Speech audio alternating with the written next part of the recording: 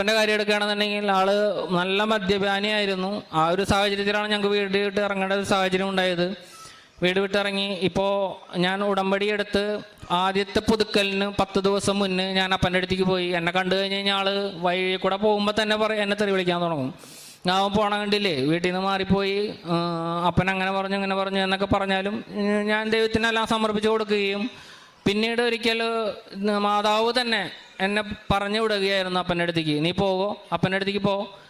അങ്ങനെ പേടിയുണ്ടായിരുന്നു. വീട്ടിൽ കയറുമ്പോൾ ചിലപ്പോൾ ഇറക്കി വിട്ടാലോ അയലക്കാരൊക്കെ കാണില്ലേ എന്നൊരു പേടിയായിരുന്നു. എന്നാലും വീട്ടിൽ ചെന്നപ്പോൾ ഞാൻ പറഞ്ഞു അപ്പച്ചൻ്റെ അടുത്തേക്കൊന്ന് ഞാൻ വന്നോട്ടെ എന്ന് ചോദിച്ചു. അപ്പൻ വന്ന്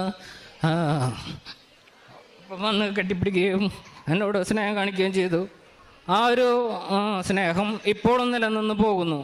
അതാണ് എനിക്ക് ഏറ്റവും മാതാവിൽ നിന്ന് കിട്ടിയ ഒരു അനുഗ്രഹത്തിലൊന്ന്. അങ്ങനെ കുറേ അനവധി അനുഗ്രഹങ്ങൾ ദൈവവും മാതാവുമായി എനിക്ക്